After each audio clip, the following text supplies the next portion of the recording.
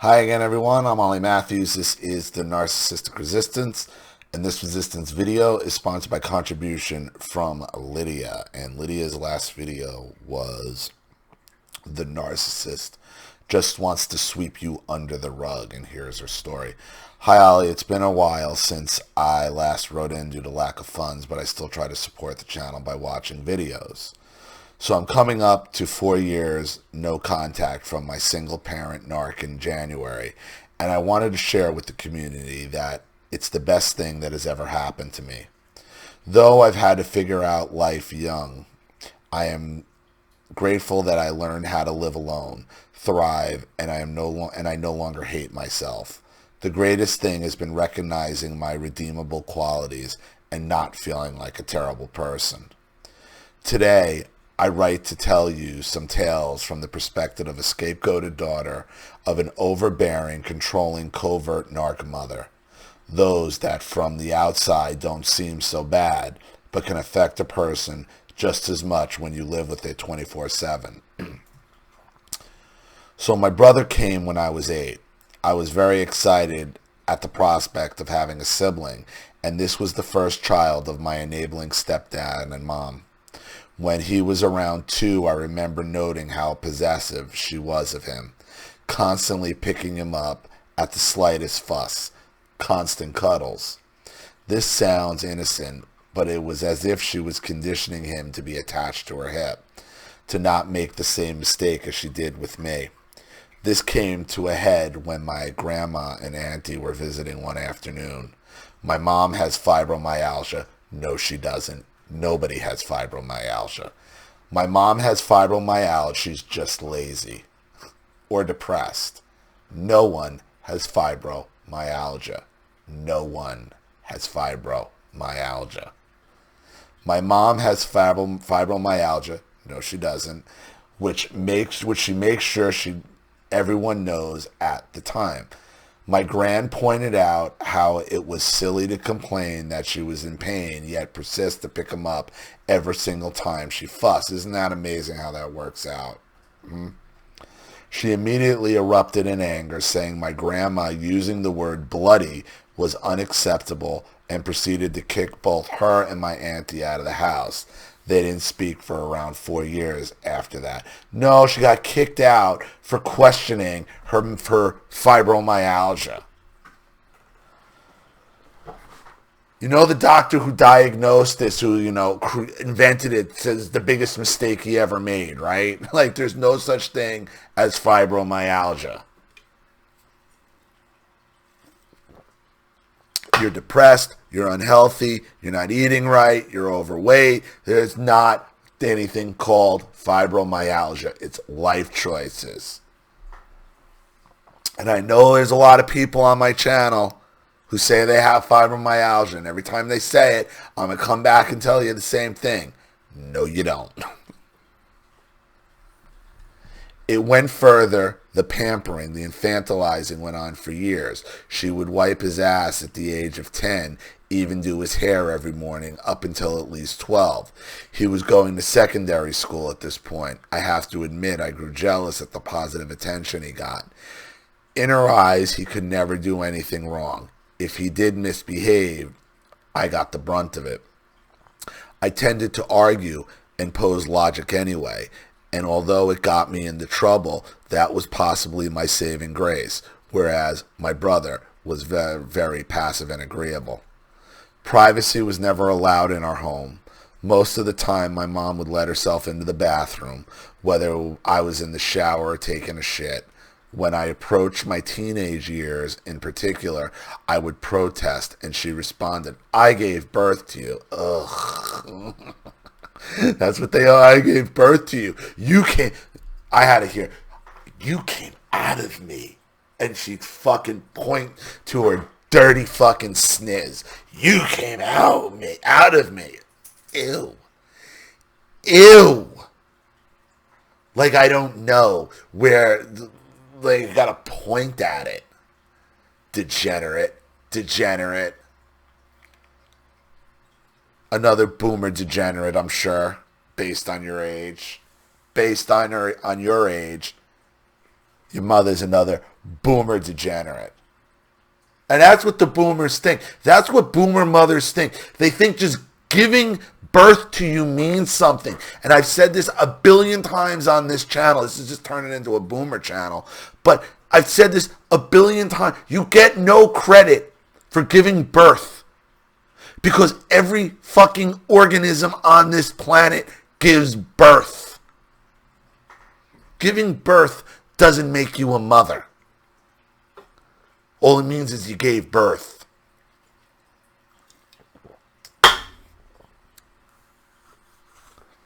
I changed your nappies. I've seen it all before. She made me watch her trim her pubic hair from down there, and insisted I would do this. When I was a young teenager, there was I was nowhere near sexually active. A lot of times she would say I looked like a tart or a slag. I don't know if the U.S. shares that same slang, because I wore a short skirt when I was 13. Slag isn't used in that much in the United States. I use it a lot because I really like the word. If you remember Jen's the narcissist recording from the other day with her boomer mother, I called her boomer mother a narcissistic, sociopathic Long Island slag. I like the word. I enjoy it. I even call Queen Elizabeth a slag all the time, so depends. I like the word. One time on the rare occasion, I had a friend to stay over. She walked out of her bedroom wearing only her knickers, tits fully out in front of me and a friend, asking me to rub her fake tan onto her back. Boomer degenerate. That's what she cares about. Keeping that fucking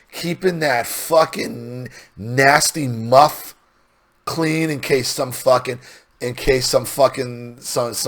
dude wants to go down on it, making sure her fucking skin is tan. Why? Because she was trying to attract dick. Come and get it. I didn't mind doing this normally, but not in front of my friend while she was indecent. I was so embarrassed. All she could say is, we're all girls here. It doesn't matter. It does matter. It does matter. Same thing. We're all the same here. That's what they love to tell you. That's another excuse for their degeneracy. We're all girls. I've seen it before. You're all men. You've seen it before. There's the fucking problem. It's on you. Fuck you, boomer degenerate. Fuck you. No, kids don't like that shit. I didn't like it. You didn't like it. None of us on this channel liked it. Oh, it's natural. It's free. You're all upside. Fuck off, you boomer degenerate slag. Ugh. Ugh. Ugh.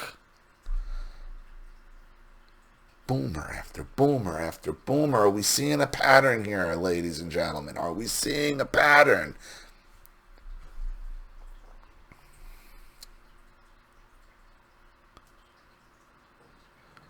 Whenever she would walk into my room when I was changing and indecent in any way, she would always say, I've seen it all before. I am your mother. I hated it. She would pick on all my insecurities. That's what they did to. They just pick and pick and pick and pick. That's what the boomers did. They picked on us to keep our insecurities down, like in your last video, to sweep you under the rug and to make us insignificant. Even though you're a generator, I believe you're a millennial. Acting first as if she cared and that I could tell her anything, then bashing me for it later, whether it be my slightly wonky boobs or lack of a perky ass. She would make slight digs about it, knowing I was painfully insecure about it. Now about the fibromyalgia. Looking back, I have to raise an eyebrow to whether it was legit. Thank God you're not believing. It's not legit in anybody's case. It's a boomer disease. It's a fucking disease boomers made up for themselves. That's what it is. It's a boomer disease that boomers created for themselves. That Epstein-Barr, like, it's just an excuse for their fucking sloth and their fucking degeneracy. It's nothing more than a disease they made up for themselves. Looking back, I have to raise an eyebrow as to whether that was legit. She was the only person that was allowed to be moody, annoyed, sad, while my brother and I had to be happy always. Her illness was always the excuse for her emotional outbursts, her mean demeanor, her disinterest in children. Yeah, a cover for borderline personality disorder. I mean, that's really what it is, okay? What it is fibromyalgia was the boomers' cover for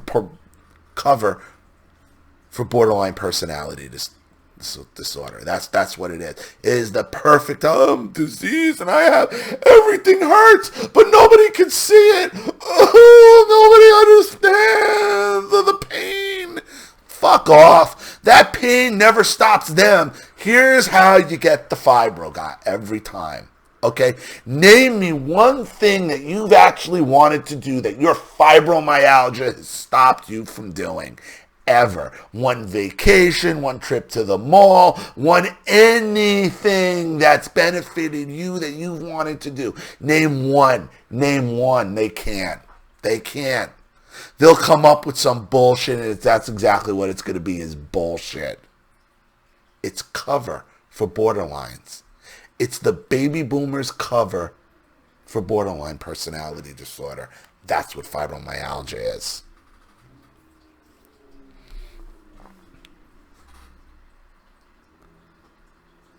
If I ever misbehaved, I caused a flare-up, making her more sick, and I carried that burden for as long as I could remember. I tried to help out as much as I could, but died to her controlling nature, and it was never good enough, never right, and always a headache. She treated me as if I was completely useless as housework.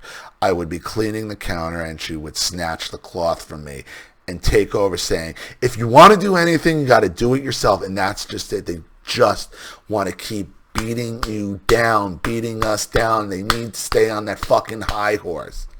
And it's that borderline, it's that borderline personality disorder, man. It's that need to be histrionic. I have fibromyalgia. Bitch, no you don't. No one does.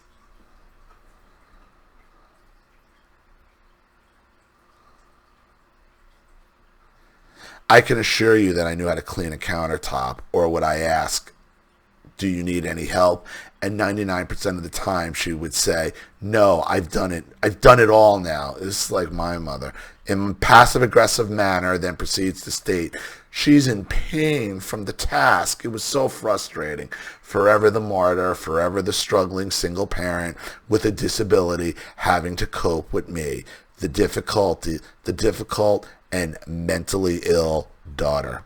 There's only one person mentally ill, and it's her with a borderline personality disorder.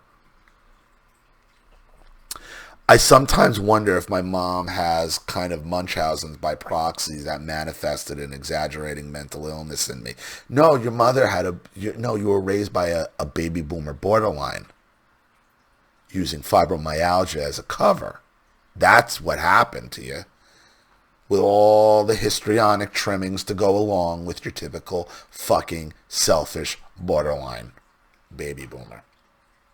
I've lived alone now for almost 4 years and managed just fine. My flat is clean. I cook for myself. I'm not in any debt.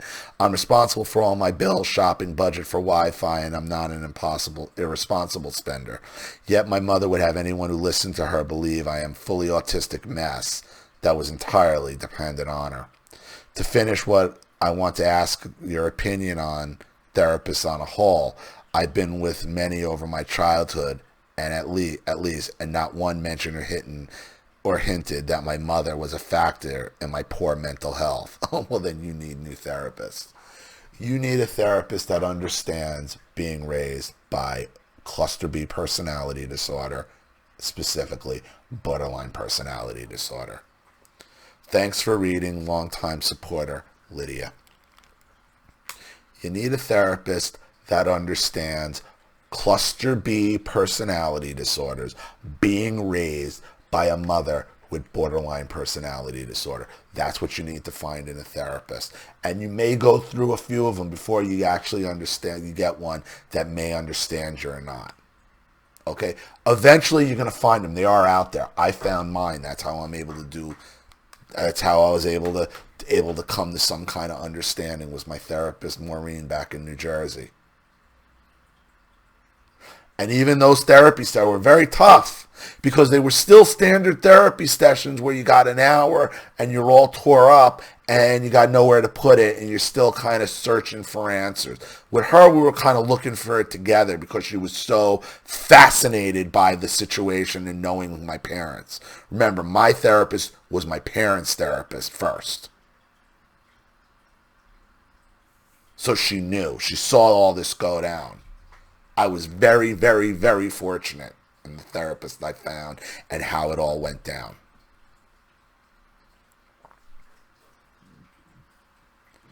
Fibromyalgia is nothing more than the baby boomers cover for borderline personality disorder. That's what it is. It's a disease the baby boomers created for themselves to cover their histrionics, their sloth, and their degeneracy. Period. So, I hope that helps. Thank you, Lydia, so much for another contribution and story. I really appreciate it. Thank you to everybody watching. Please leave any opinions or advice in the comment section below. And again, if you want your story read on the channel, you have a topic you'd like me to cover, a narcissist you'd like to expose, you'd like to have a private video made, sponsor a video like this for someone who needs help and can't afford it, or just make a contribution to the channel in general to keep it supported, growing, and successful, because this channel survives 100% on contributions from all of you. Without you guys, all this goes away. So if you like what you see here and you want to see more videos like this, you know what to do with the PayPal and email links in the description box. Also, please like and share this video wherever you can. Subscribe to my channel if you haven't, and be sure to click the subscription bell to be notified of all my video uploads. I'm Ollie Matthews. This has been The Narcissistic Resistance. Take care.